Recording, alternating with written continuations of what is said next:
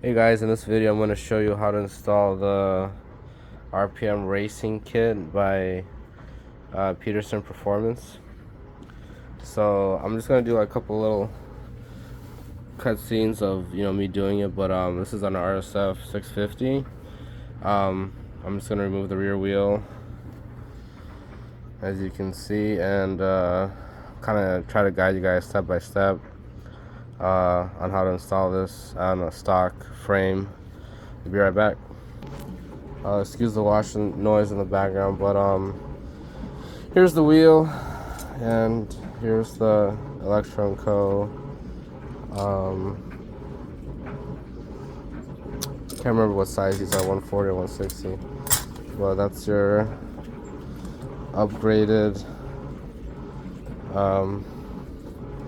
brake disc. So I'm gonna just go ahead and swap these.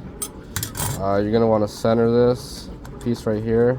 If it's too high or if it's off center, what's gonna happen is, as it's running against the caliper, if it's too high, it's gonna eventually at the high point rub against the caliper, and you don't want that. So you're gonna want to make this as dead center as you can, tighten this down, and then pretty much you can, if you want, you can use your old hardware, but they do provide new bolts.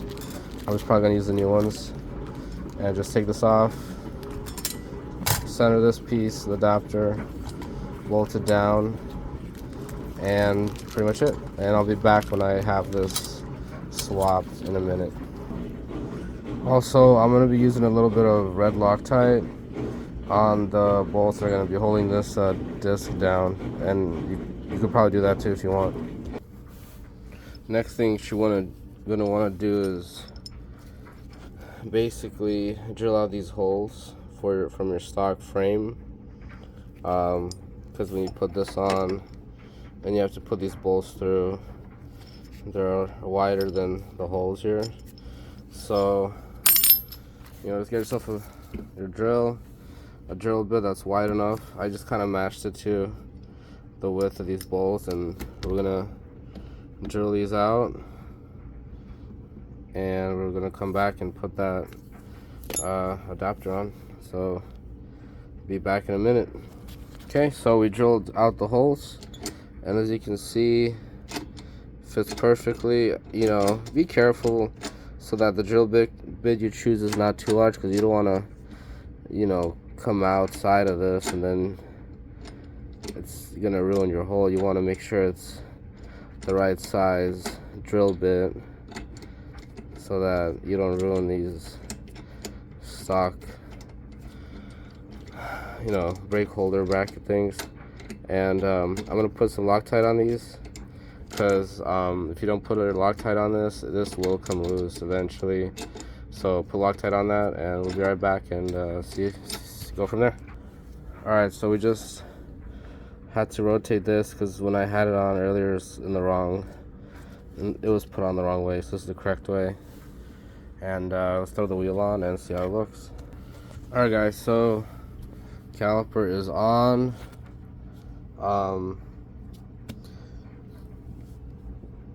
Perfect clearance,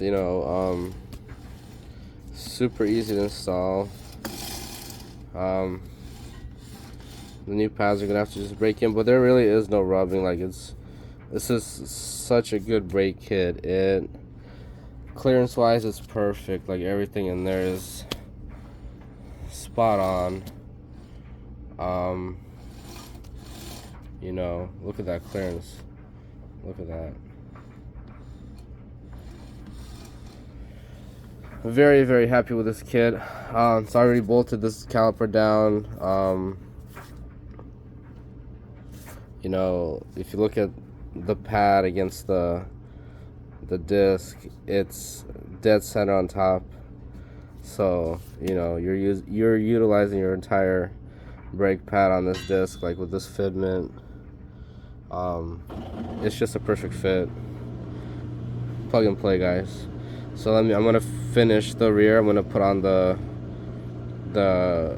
I'm gonna finish basically putting on the front brake lever, and then we're gonna do the front, and I'll be right back. Alright guys, so I have took the front wheel off and already took the old rotor off, the electrical rotor. Excuse me. The only difference that the only main thing that you're gonna do different on the front wheel on a stock fork, on a stock MX500 fork or MX650 fork, is that when you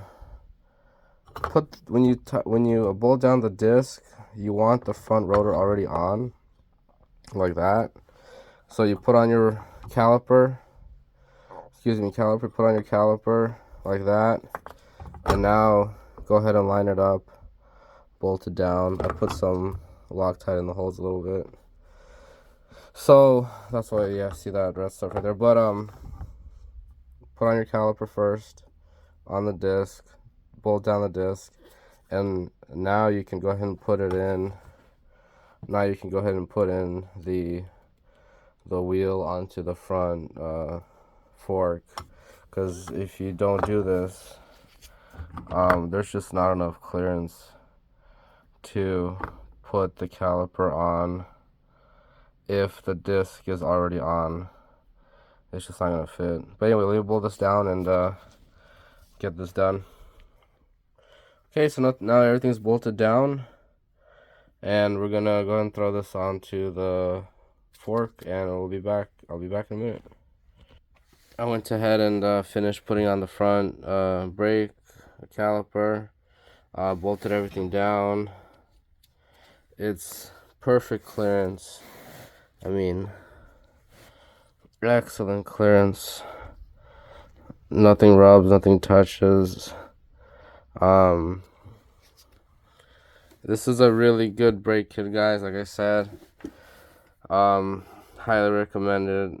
It's worth every penny. As of right now, I don't think there's any better brake kit out there that you can do for a RZR. I mean, I'm sure there's a lot of similar ones.